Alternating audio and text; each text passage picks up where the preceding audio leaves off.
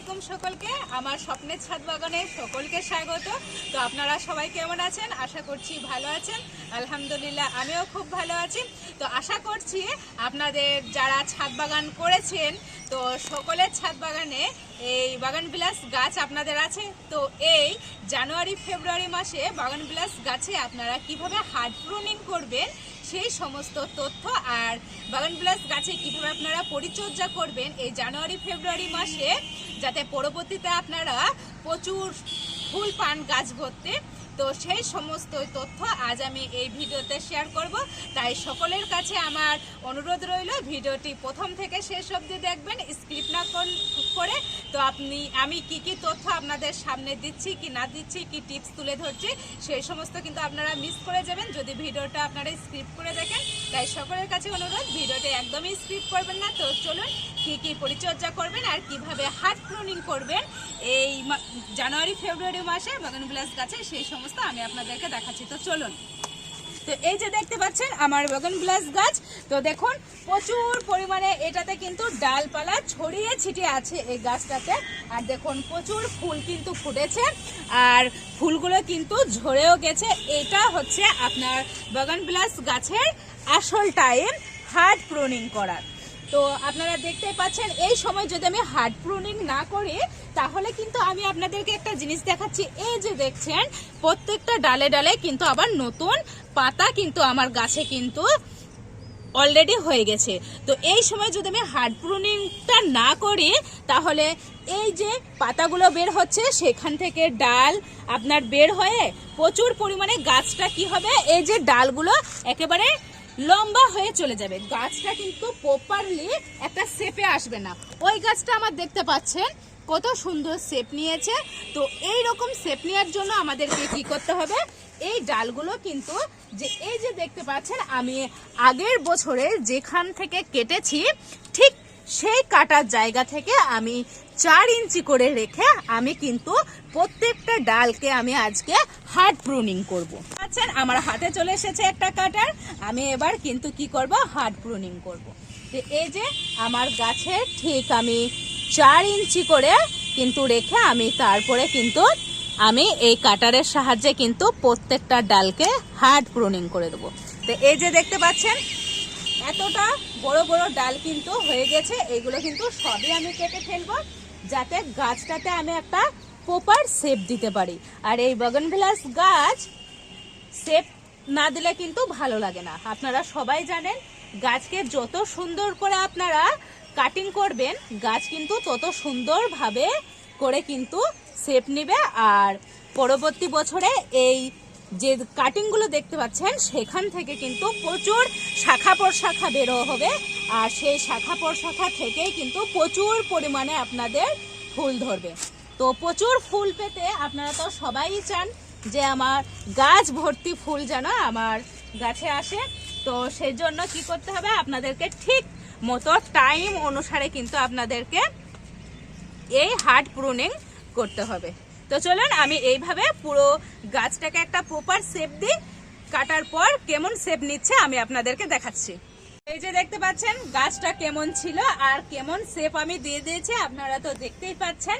তো কাটার পর দেখুন ও গাছটা আসল শেপে চলে এসেছে। এই যে কাটা হলো এখান থেকে কিন্তু দেখবেন প্রচুর পরিমাণে শাখা প্রশাখা বের হবে আর যে শাখা প্রশাখা বের হবে সেখান থেকে ইনশাআল্লাহ আশা করছি প্রচুর পরিমাণে ফুল আসবে। তো আপনাদের যাদের বাগান বিলাস গাছ আছে ছাদে তো চলুন ভিডিওটা তাদের জন্যই, আমার ভিডিওটা দেখে তারা অবশ্যই এইভাবে আপনারা হার্ড প্রুনিং করে নেন। তো এই হচ্ছে পারফেক্ট টাইম। তো দেখুন সুন্দর করে আমার কিন্তু কাটা হয়ে গেছে আর যে মরা পাতাগুলো দেখছেন হলুদ হলুদ হয়ে গেছে সেগুলো কি করবেন, এই যে হাতের সাহায্যে এইভাবে কিন্তু আপনারা কি করবেন, তুলে দেবেন। তো এইভাবে আপনারা তুলে গাছটাকে সুন্দর একটা শেপে আনবেন। তো এই যে যেই পাতাগুলো আমার হলুদ হয়ে গেছে বা কুকড়ে কুকড়ে গেছে সেগুলো কিন্তু আপনারা এইভাবে হাতের সাহায্যে তুলে দেবেন। তো আর এই যে গাছের গোড়ায় দেখছেন অসংখ্য পাতা পড়ে আছে, এই আপনাদেরকে খেয়াল রাখতে হবে গাছের গোড়াও যাতে সুন্দরভাবে পরিষ্কার থাকে। তো এইভাবে কিন্তু আমি গাছের গোড়াটাও দেখুন পরিষ্কার করে নিলাম একেবারে। তো এইভাবে যে পাতাগুলো পড়ে থাকবে, যদি গাছের গোড়ায় আগাছা কিছু বের হয় সেগুলো আপনারা হাতের সাহায্যে তুলে ফেলবেন।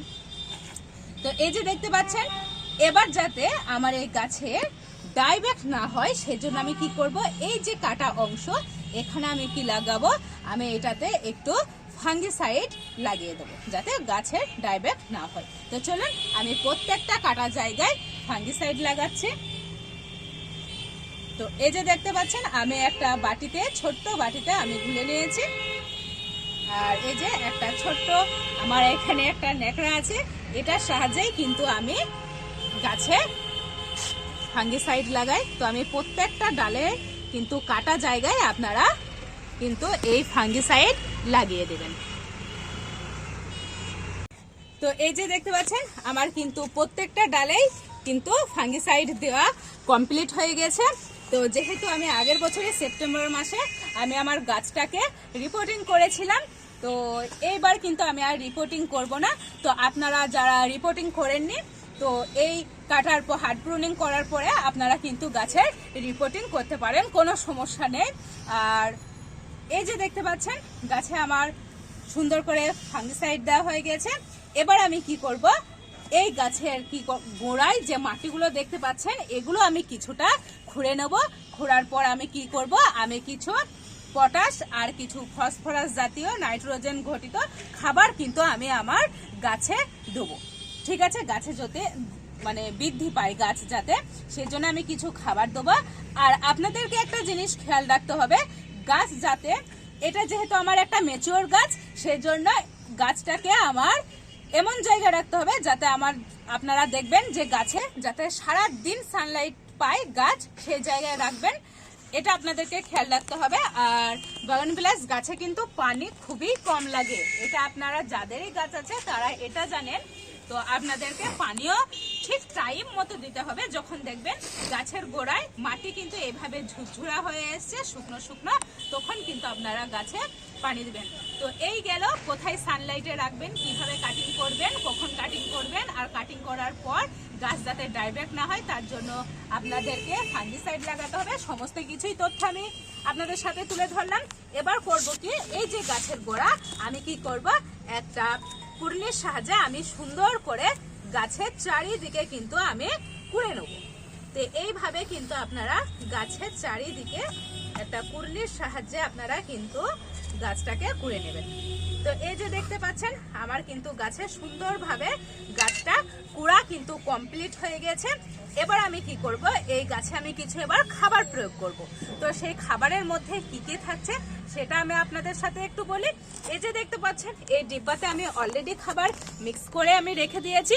তো কি কি আছে এই খাবারের মধ্যে আমি সেটা আপনাদেরকে বলছি।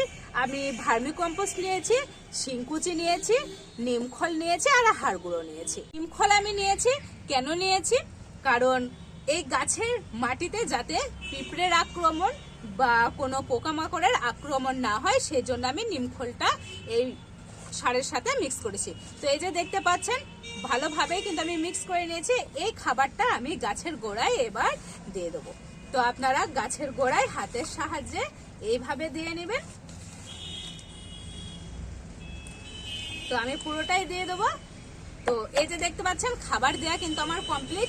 এবার যে আমি মাটিটা খুঁড়েছি সেই মাটিটা আমি কি করব, হাতের সাহায্যে সুন্দর করে এই খাবারের সাথে আমি কি করে দেবো, মিক্স করে দেবো, যাতে পানি দেওয়ার সময় গাছ যাতে সুন্দর করে অ্যাবজর্ব করতে পারে।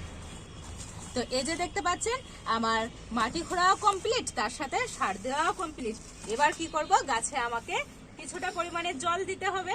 তো এবার আমি গাছে জল দিয়ে নেব।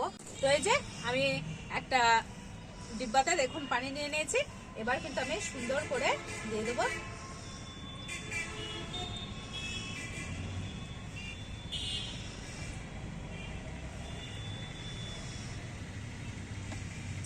তো দেখতেই পাচ্ছেন, আমি কিন্তু একেবারেই ভালোভাবে পানি দিয়ে দিয়েছি গাছে। এখন কিন্তু আমি আর পানি দেবো না। যখন গাছের গোড়া একেবারে শুকিয়ে যাবে, মাটি হাতে করে দেখবো, হাতের সাহায্যে যখন ঝুরঝরা হয়ে যাচ্ছে তখন কিন্তু আমি আবার গাছে পানি দেবো। কারণ বাগানবিলাস গাছে বেশি পানি লাগে না, আমি আগেই বললাম। আর আপনাদেরকে আবারও বলছি, সব সময় আপনাদেরকে খেয়াল রাখতে হবে যাতে সারা দিনের সানলাইটটা গাছে পায় সেই রকম জায়গায় আপনারা রাখবেন, তাহলেই কিন্তু আপনাদের এই বাগানবিলাস গাছে প্রচুর পরিমাণে ফুল আসবে, শাখা প্রশাখারও বৃদ্ধি হবে। তো এই ছিল আজকের একটা তথ্যমূলক ভিডিও। আপনারা কিভাবে বাগানবিলাস গাছে হার্ড প্রুনিং করবেন, কখন করবেন, তো সেই সমস্ত তো আমি তথ্য আপনাদেরকে বলেই দিলাম। তো ভিডিওটা যারা দেখবেন তারা অবশ্যই বুঝতে পারবেন কি কি করতে হবে বাগানবিলাস গাছের জন্য, হার্ড প্রুনিং এর জন্য কি কি পরিচর্যা করতে হবে এই সময়। তো ভিডিওটি ভালো লাগলে অবশ্যই লাইক, কমেন্ট, শেয়ার। আর যারা আমার চ্যানেলে নতুন তারা অবশ্যই আমার চ্যানেলটাকে সাবস্ক্রাইব করবেন। সকলের কাছে আমার অনুরোধ রইল আমার চ্যানেলটাকে সাবস্ক্রাইব করে আমার পাশে থাকার। তো এই ছিল আজকের তথ্যমূলক ভিডিওটি এখানেই শেষ করছি। আজকের মতো টাটা।